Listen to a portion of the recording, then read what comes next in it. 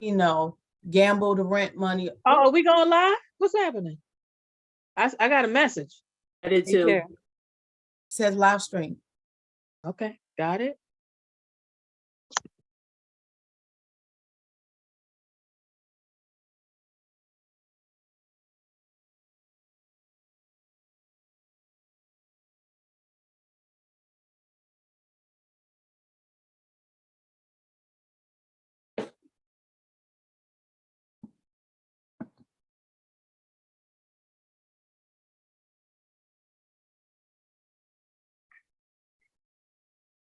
You're muted. Sandy, we cannot hear you.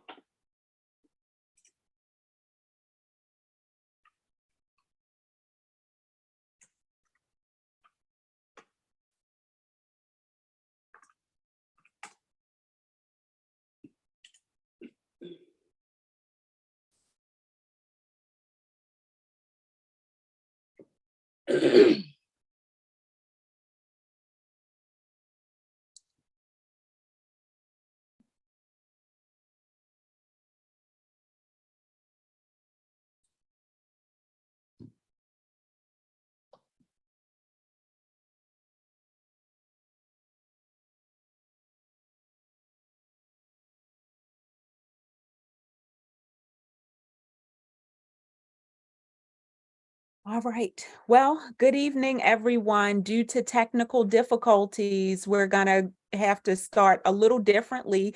Our moderator, Sister Tanya Cato, she is having some difficulties this evening. And so I'm just going to, until if she's able to rejoin and moderate, then she'll be doing that. But I'll be stepping in. So let's welcome to our behavioral health. It's been a while since we've been with you. And so this evening, we're going to be talking about gambling. Gambling this evening. So let's start off by just going around and introducing ourselves. I'm Tanika Rice, and I am a mental health professional. I'm also a long-term member of Mount Pleasant Church and Ministries, and I am a licensed clinical social worker. And so, Dr. Crawford, would you be willing to introduce yourself? Sure. I'm Dr. Crawford, and I work in mental health, primarily with juveniles and their families. I too am a long-term member of Mount Pleasant Church and Ministries. All right. And Jackie Ladd, could you introduce yourself? Sure. I'm Jackie Ladd. I'm also a licensed clinical mental health therapist, and my primary work is with adolescents in residential treatment. And I too am a longtime member of Mount Pleasant Church and Ministries. And Mrs. Chevalier Dorsey. Good evening, everyone. My name is Chevalier Dorsey. had experience with mental health, working as a within the pretrial office of Clifton T. Perkins Hospital Center. And currently I am the executive associate with the Social Services Administration with the state of Maryland. I too am also a longtime member of the Mount Pleasant Church and Ministries. All right, so let's jump right into it. Why are we talking about gambling? March happens to be Problem Gambling Awareness Month, and problem gambling is a serious public health concern. In 1972, the National Council on Problem Gambling established March as National Problem Gambling Awareness Month. Problem gambling happens to impact millions of people in the United States and can have serious consequences for both individuals, families, and actually communities at large. So that is why we're having this discussion tonight. And so the first question we're covering this evening is, let's define addiction and also define gambling. Okay, so I will talk about addiction first. So our working definition tonight for addiction is not having control over doing something, taking something, using something to the point that it causes you harm and potentially causes harm to others. So think about that. Something that you don't have control over, taking, using, or doing something. In regards to gambling, is a little bit different, and we'll talk about gambling addiction later, but just the term gambling, my working definition for gambling is playing games of chance for money, something that we do that's possibly risk-taking in hopes of a desired result, most often monetary, right? That's why we gamble. So those two are the working definitions of addiction and of gambling. And what are some examples of different types of gambling? So I'll go as well, and everyone else can chime in. Different forms of gambling that's most commonly known are lotteries, sports betting, bingo. We know how people love to play bingo, but it is a form of gambling. Slot machines, scratch tickets. We know that's a big thing. Online gambling, which I know we'll talk about later, but that's really becoming extremely popular, especially in the wake of COVID and in the pandemic, and everyone was inside. That has risen quite a bit. So those are the most typical forms of gambling that people tend to engage in. And I'm thinking of racetrack gambling as well. Absolutely. Yeah, that's a big one too. And let me just add on to that. So when we talk about casino games, we're many times thinking about like poker, blackjack, slots. However, people can also play cards in their homes, like they can play spades or poker or tonk in their. These are some popular card games in many communities, definitely the African American community. And whenever there is money on the table or money on the line, then that gaming, having, a fun game with people that we know has turned into gambling. So that's one thing to be aware of as well. But also pull tabs, 50-50 raffles, those are also forms of gambling, dog racing. And then we have like dog fights. That's illegal. Yes. That's an illegal form of gambling, but playing dice or gambling on the street, that as well is considered gambling. And people don't think about, and Dr. Crawford stated that many times people may say, oh, well, I play the numbers, but I don't gamble. So just because you don't go to the casino, but you maybe buy scratch offs or lottery tickets, that is still a form of gambling. So let's talk a little bit about, what are there some certain levels to gambling? And I'll just say that there are levels, if you will, or I guess, we could say levels to, so different types of gamblers. There are social gamblers, So these individuals who participate in gambling, they do so for enjoyment and fun. And this is oftentimes done in the context with others. And the individual limits their amount of money, the amount of money that's spent on gambling, as well as the time spent. And so it's done for relatively, and the activity is engaged in for a relatively short period of time. So that's one type of gambler, like a social gambler. And then we have folks who would be considered problem gamblers. And so how does this look different? So with problem gamblers, these are people who gamble for longer periods of time. And of course, the more time you gamble, the more money you will lose over time, and they're prolonged losing episodes. Individuals also who are problem gamblers tend to return to chase their losses. So if they've lost one day, they may return the next day or shortly thereafter to try to get back up, to win back what they've lost. And we see that relationship problems begin. So and then we have folks who are considered like disordered gamblers, or what used to be considered like pathological gamblers. And so one thing I will say about a person who has been diagnosed with a gambling disorder is gambling disorder is really considered to be a hidden addiction, because unlike alcohol and other drug addictions, there's still no telltale signs. There's no saturation point for a person who is gambling. And so a person can lose hundreds, thousands, even millions of dollars, and they still can and are able to continue to play their game of choice. Mhm. And of course, during this stage, you see more and more problems.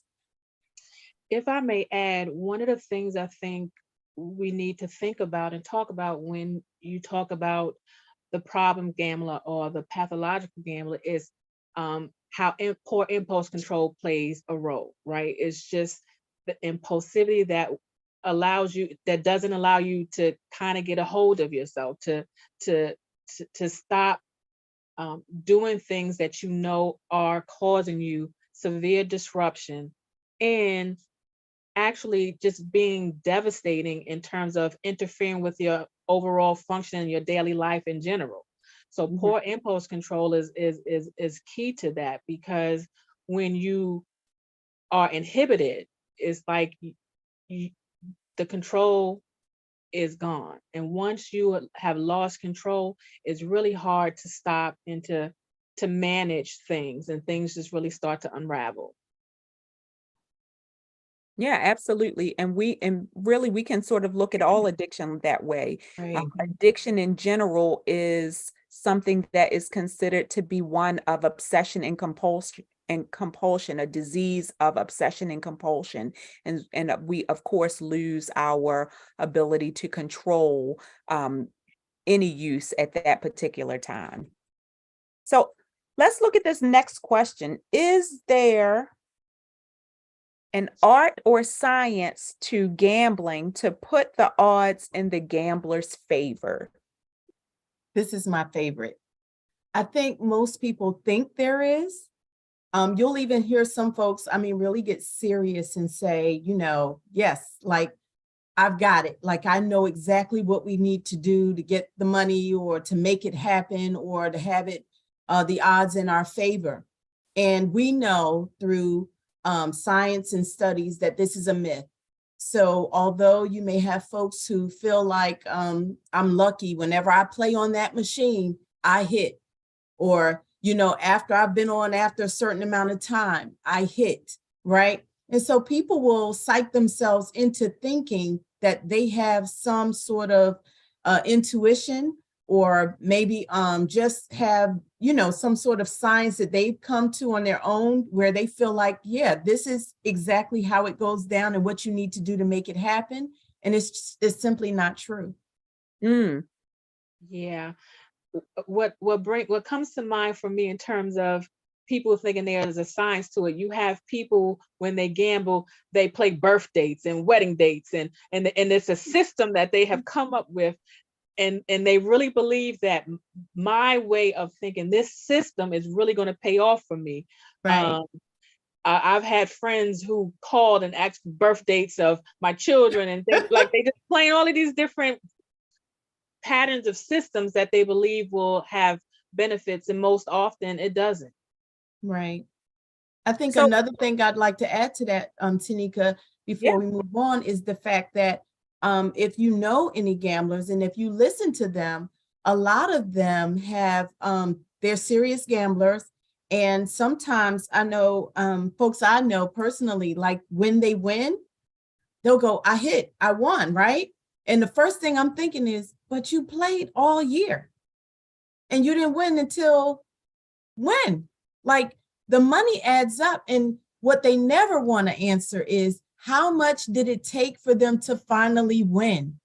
And when they win, did they win back what they played for the whole year or for those months, or however much time it took for them to actually win? So that's what I'm always concerned about when folks say, oh, I won, I hit big. No one cares about how much did they have to put up to win big, right? No one asks that question. And I think that's really important. It is an important question. And it is one, if a person is pursuing assistance or help, and we'll talk about this, that is a question that is asked, because that's part of like really coming to terms with one's reality about the impact that this is having in their lives and on their family. And so that is a question that most definitely is asked. I have the other question that I have is there such a thing as innocent gambling?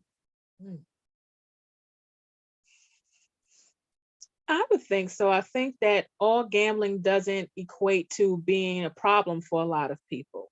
Some people can gamble and have boundaries and cutoffs where it doesn't significantly impact their life, because that's the key in terms of problematic gambling for me, is when it starts to become problematic, when it starts impacting your social and your emotional and your financial and your relationships. I think that that's when it may turn the corner of being more of a problem. But I believe that there are innocent forms of gambling. And I know we'll talk about it in terms of office pools and March Madness now that we just have. A lot of people do brackets, and that's the only time people ever put money in the pot or try to get involved in something that can be considered gambling. So I do believe that there's innocent forms of gambling. All right. So what, ladies, would you say gambling has become in this new day and age, in the 21st century? Honestly, I believe there's just a lot of nuances around gambling that we're seeing now. I mean, just think, I know, as a young person, you had to go in person and gamble. You had to go to the bet man and put your bet in and, collecting monies. But now you can stay in the comfort of your home. This online gambling is huge. And now I think the nuances of all of the sports betting, like, how detailed it is. I mean, right now we were having a discussion around the fact that you used to just bet on the game, who's going to win. Now it's, well, who's going to score first? And when they score, how many points per game will so-and-so score? And I mean, it's so detailed of how you can bet on a game now, for example. So what I mean is, I think, folks are taking it to higher heights, and they're expanding the way that folks gamble and the many ways that you can gamble, what you can gamble on. And I'm just seeing that continue to grow and develop to the point where now we see, like on television, the commercials are growing. And that's how you also know that it's a huge problem, because people are having to pay. I mean, they're being mandated rather to run these ads saying, hey, if you have a problem gambling, this is who you call or who you can see. When you see those announcements and those caveats at the bottom of the screen, and that's really just a sign that we're moving further and further into a place where it is becoming more of a problem than we realize and we want to really accept. And I think, Tanika, what I'm hearing Jackie say, and what comes to mind is that in the 21st century, I think gambling has become very easy access. We have easy Absolutely. access to gambling, right? Mhm. And, we just have to pick up our phone and boom, we're in.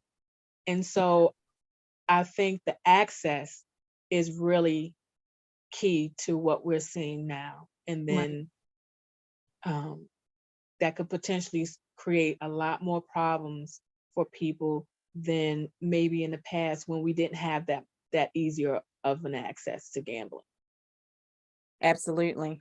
Absolutely. If I could add something as well, with on top of what everyone else has brought up, I see age as along with that easy access, because before it would just be the older generation going to the casinos, playing the slots and all that.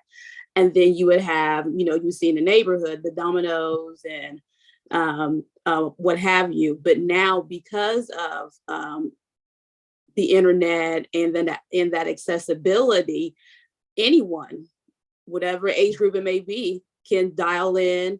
And those same commercials that Dr. Crawford just mentioned, you see the people that are playing those parts that are trying to entice you to gamble.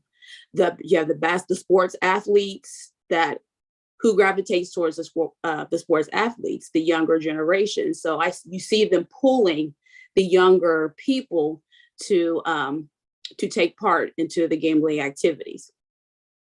Oh, You're absolutely right. yeah. And I'm not going to get on my soapbox about this, but now we have what's called gambling and gaming. And so looking at how the gaming industry is designing games and for children, and young adults as well as adults, but how that there's a lot of this that looks a lot like gambling when we talk about loot boxes, in-game purchases, whether it's on your device in the home, such as Xbox and PlayStation, or on your phone.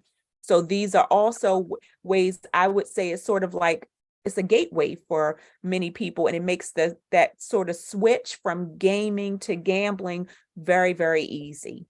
And so we have, when we think about prevention and protecting our children and the younger generations, there's a lot of work that's still to be done around in that area. Yeah, and I think that's a poignant point, because in terms of our children, just as parents, just being more mindful and paying attention, because I know people who work in high schools, and what Jackie was talking about in terms of betting how many points, we have a lot of high schoolers who are gambling a lot on games because they have access, and apparently there's not an age limit in order for you to be able to make bets. And so that's very dangerous, where we're seeing people gambling at younger and younger ages now, and sometimes is unbeknownst to parents to Yes. even think about gambling where your kid is concerned. You worry about other things, but you don't worry about gambling. I think that needs to start being on parents' radars as well.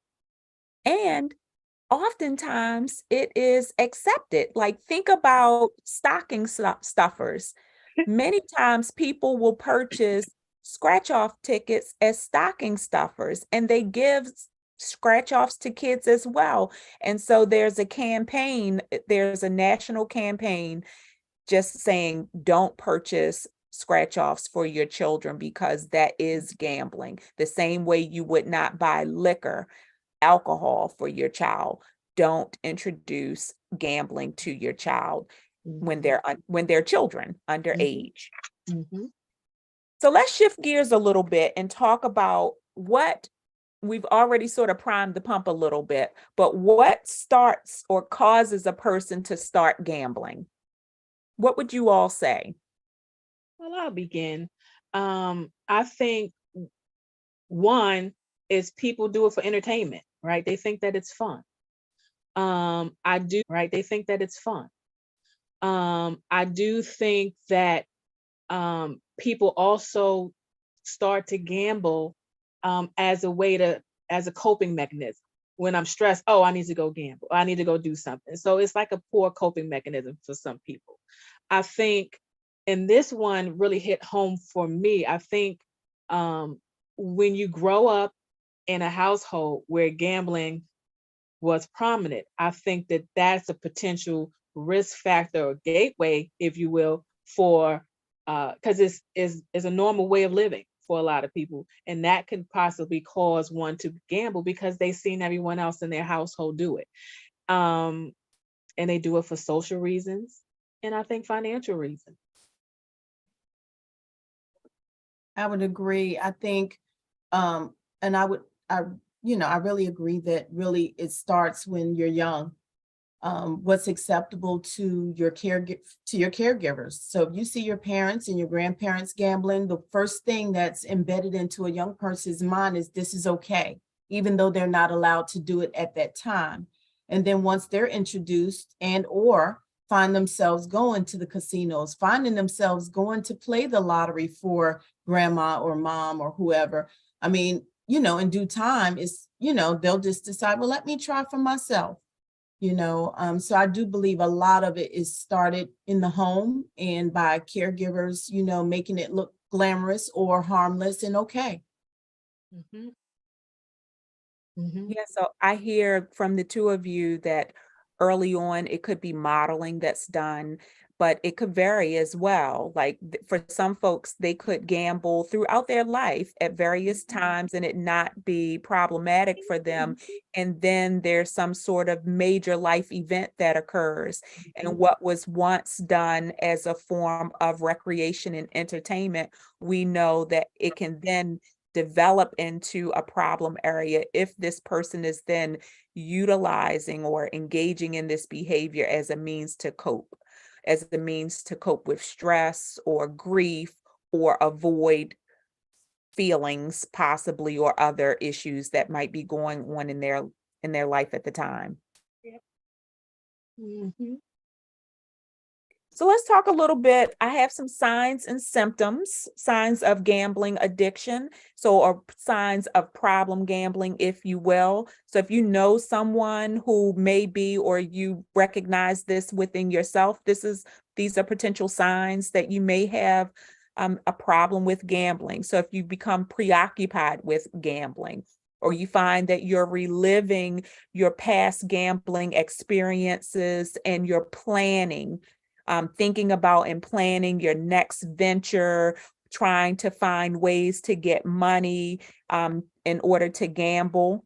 Also, if you found that or someone has developed sort of like a lot of secrets, they've become secretive around their gambling habits. They don't want other people to know about it, and they become defensive when confronted. That definitely could be a sign that a gambling problem is present. If you notice that over time you're increasing your bets, so you're using more and more money to achieve the same desired outcome, that once upon a time, $50, you could go out and have yourself a good time, but now $50 is barely getting you started. That's a sign. Trying to unsuccessfully control or cut back or stop gambling, and you've not been able to do that. Becoming restless and irritable. These are all signs. Are there any other signs, ladies, that you can think of? You covered all the ones I have. I would think when I think of just problematic and possibly turn into addiction, I think of just the inability to control urges to want to go. That really a tall tale sign for me that it may be becoming a problem. Yeah. I think another very significant sign is when you have a significant other who notices the increase in your gambling and or lack of having money when you should, things like that. Noticing the bank account dwindling down. So that's another thing, actually having someone tell you, hey, I think you're gambling too much. I Yes. think you're spending too much in gambling right now or whatever. That's another number one sign, when someone who knows your habit and is, watching and monitoring and trying to let you know, hey, I think you are addicted, you know. Oh, mhm. So most Yeah. certainly jeopardizing relationships or even your career or education, because it seems like it's become more important at the time for you to engage in this gambling activity. And also lying. We haven't talked about that much, but lying to family members about where you're going and what you're doing. And so this makes me think of like cheating, right? And with addictions, that's what happens. We begin to develop this relationship with this whatever the thing is that we're growing attached to. And so tonight we're talking about gambling. And so now I'm developing this relationship with gambling that I don't want other people to know about, that I don't want other people to interfere with. Like I'm good over here. And so that is definitely a sign. And as we already talked about, like chasing losses, trying to get back money that you've already lost. And along with that, you can be relying on loved ones, friends, and family to bail you out. And so this can be, of course, coupled with that deceit piece, it can be hard to sort of parse out, because the person may say, hey, I need some help. I'm short on, my rent, or, my car note is due and I've had these extra expenses that have come about. And that seems, in this day and age with, all the issues going on, that seems feasible. But what they're not telling you is that money that they had that they used to gamble with, and that was money that could have gone towards the mortgage, the rent, the gas and electric bill. And so these are things, if you find that this is something out of the norm and that this is happening more and more, that's a potential sign. Also, let's talk about a little bit about low risk. What are some, what's low risk gambling? I feel like we've already began to talk about this a little bit, saying doing it with others. So gambling with other people, treating it as you would entertainment. So it's done in social settings, it's done in a manner in which you can afford. So the same way you would maybe go out on the weekend for a dinner date or movie. After that, you don't expect to get any money back. The same is true with, gambling. If you're gambling, that you've taken money that's already put aside for entertainment to engage in this. And so you're limiting, as we stated earlier, your time and frequency and the duration in which you gamble. Anything else? In the money. Having And limits the on how much money. you spend. Like Jackie talked Right. about earlier, I got $20, that's it. Like, you have a cutoff, and you kind of Right. know that's your boundary, like setting up Right. some boundaries around anything. But we're talking about gambling, and I think that's a low risk. That's high for me, Jackie. 20. I said 10, 5. That was it. Because it only lasts about 5 minutes in the casino anyway. And it's like, Right. even on the penny machine, it goes by so fast, the money. It's really going back to the science. It's kind of like, you think, oh, this is a penny machine, I probably could play all night, but they take that $20 don't last that long in that penny machine. It really doesn't. Yeah. So let's talk a little bit. We've already talked about accessibility, but I want to hear a little bit more about this from you all. Like, how would you say has media made gambling attractive? Mm, mm, mm, mm. Well, I personally like the commercials, not saying that that's making me go and empty out a bank account, but just the fact that they now using, you see Jamie Foxx with Kevin Garnett in the MGM commercial, you see Yes. Jalen Rose. And if you're a sports fan, you automatically connect with them because you're that sport connectivity. And so that's automatically, even if you're not really a problematic gambler, that's, oh, look what they're advertising. So maybe the next time you're out with a bunch of friends, oh, maybe I'll, spend this 20, or, all of a sudden now you have the app on your phone. Oh, well, let me see, maybe, I'll throw this $10 and see what happens. Just that's all it takes. And social media, they're making it very easy. All they're doing is just planting that seed. And then whatever that seed grows, that's what they're hoping. Mm-hmm. Yeah, I think it ties a lot into our question about the 21st century. I think what's interesting to me about the ads is I am a sports watcher and I watch ESPN all the time. So outside of, in addition to the commercials, there are segments on ESPN, like on Stephen A's show and other people's show, that have a segment carved out about betting. And I thought that was really interesting. A year ago, 2 years ago, there wasn't segments within someone's sports show about betting.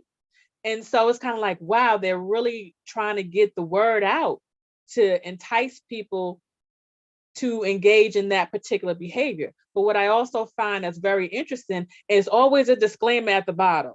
But if you have a problem. So I'm just thinking when you say, come, but wait, get some help too. It's kind of like, that's a mixed message if I've ever seen one before.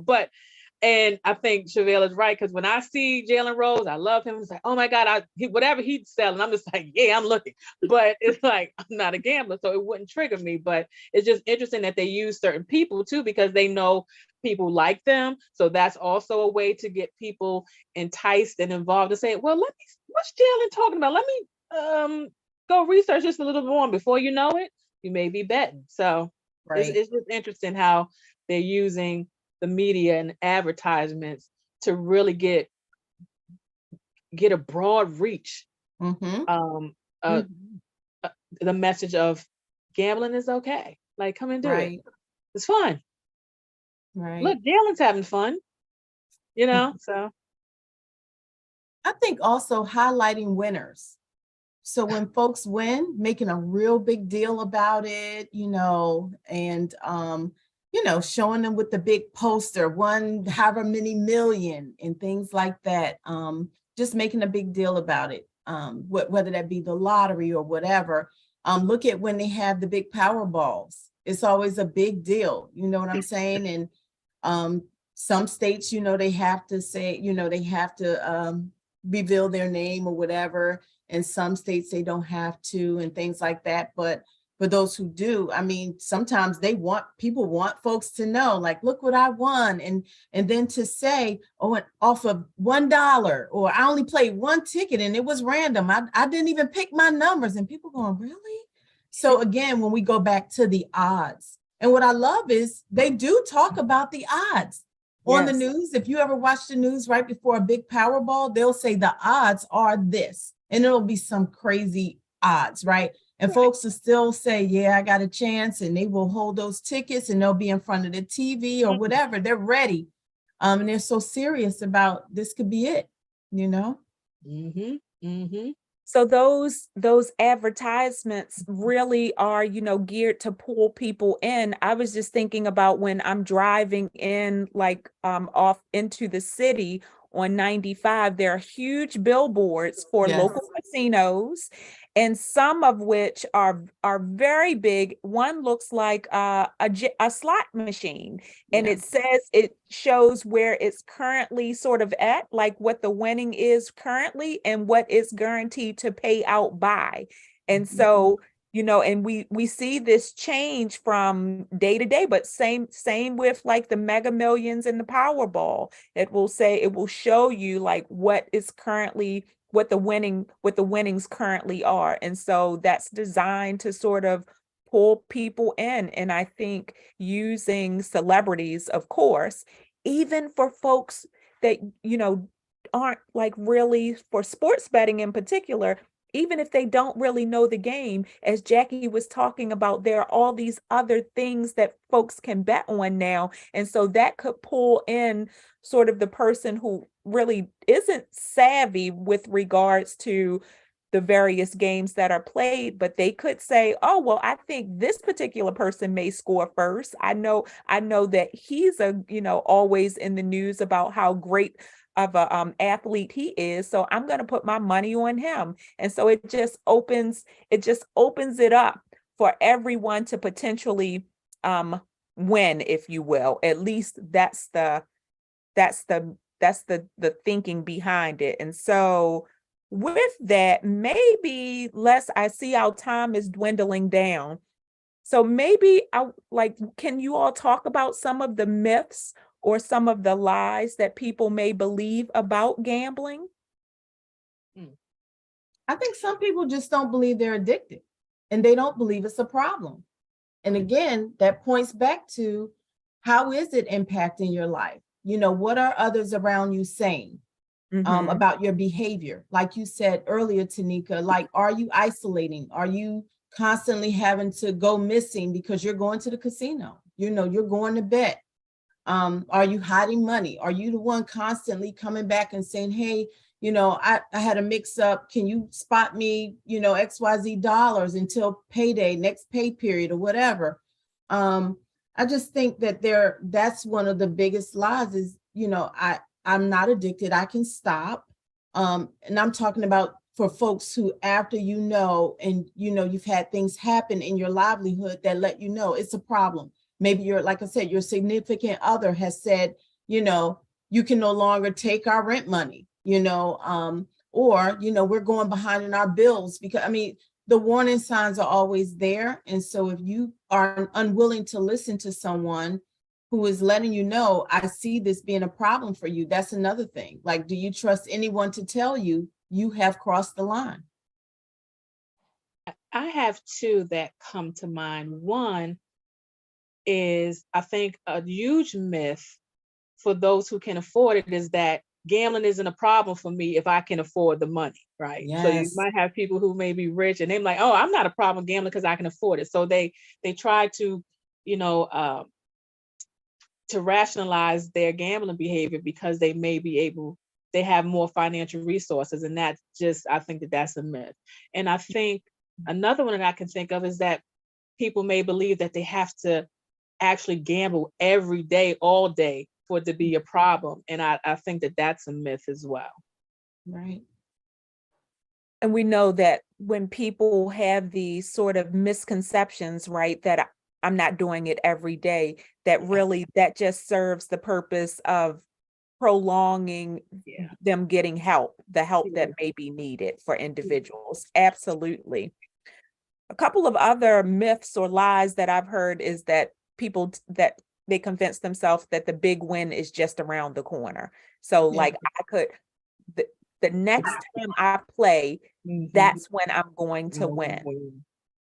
And it makes sense, right? Because the more you engage in this particular behavior, the gambling, it does, because you see people around you winning. Sometimes they're winning pretty big. And that's one of the things that we didn't talk about. Oftentimes, that's the worst thing that can happen for a person, where they have what they consider to be a significant win. So for some folks, a significant win could be a couple $100s that gets things going. For other people, it could be thousands upon thousands of dollars.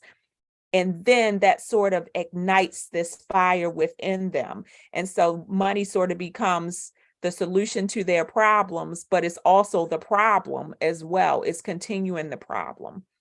Another thing, another lie that I've heard is that once I get even, I'll quit.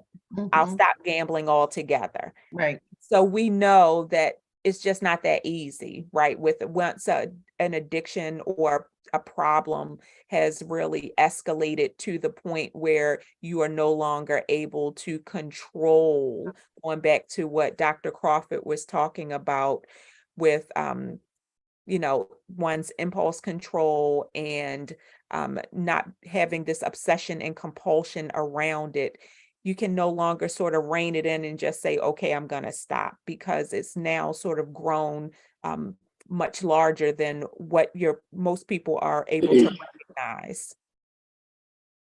Anything else that you might want to add to it?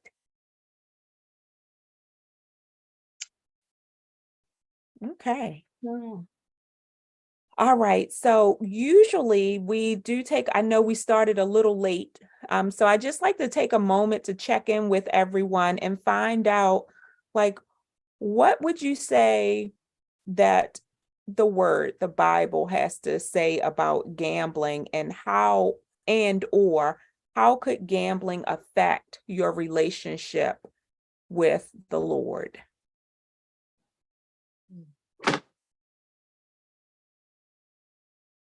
I can start by saying this. I believe any behavior we have in general, um, we are always prompted by the Holy Spirit, right? In doing certain things. But then also the Holy Spirit is our helper, and he's going to let us know when something is out of order. And I think you have to be in tune to be able to receive that, because like most bad habits or anything that we do, right, that may be out of his will, you will know, right? You'll get the warnings, you'll have the feelings that something's not right about this.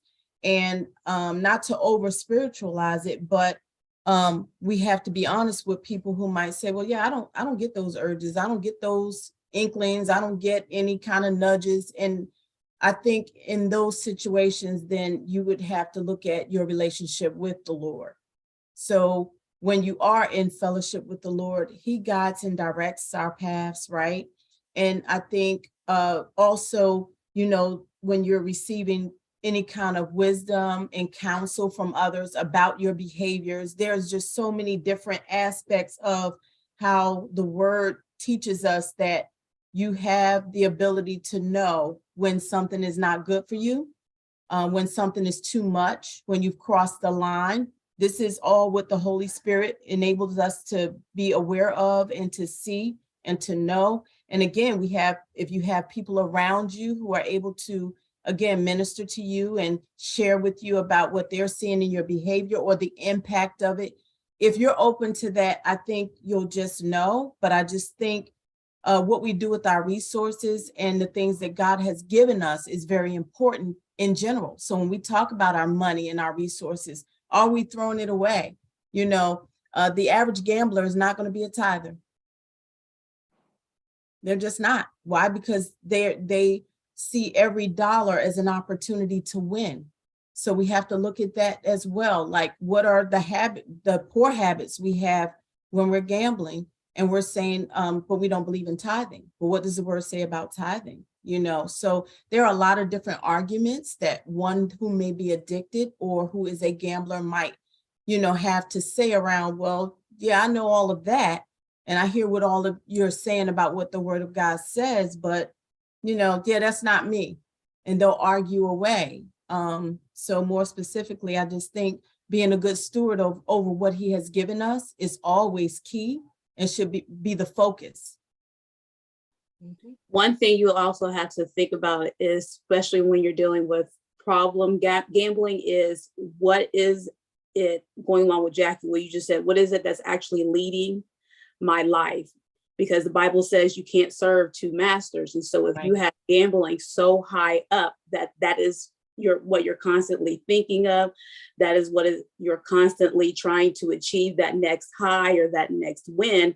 At that point, you've put gambling over your relationship with the Lord. And so since you can't have two, one of them is going to lose out. And until you've come to grips with having that problem, the Lord is unfortunately going to take a second seat to your addiction or your problem. And so that tug of war that you're going to have, Jackie, what you mentioned, the Holy Spirit, he's going to keep tugging at you until you recognize this is not good, this is not okay, and I need to make a change. Pastor Jay talked about repenting. All this is just turning from one thing. And that's what it will have to take to switch that master that you're currently serving.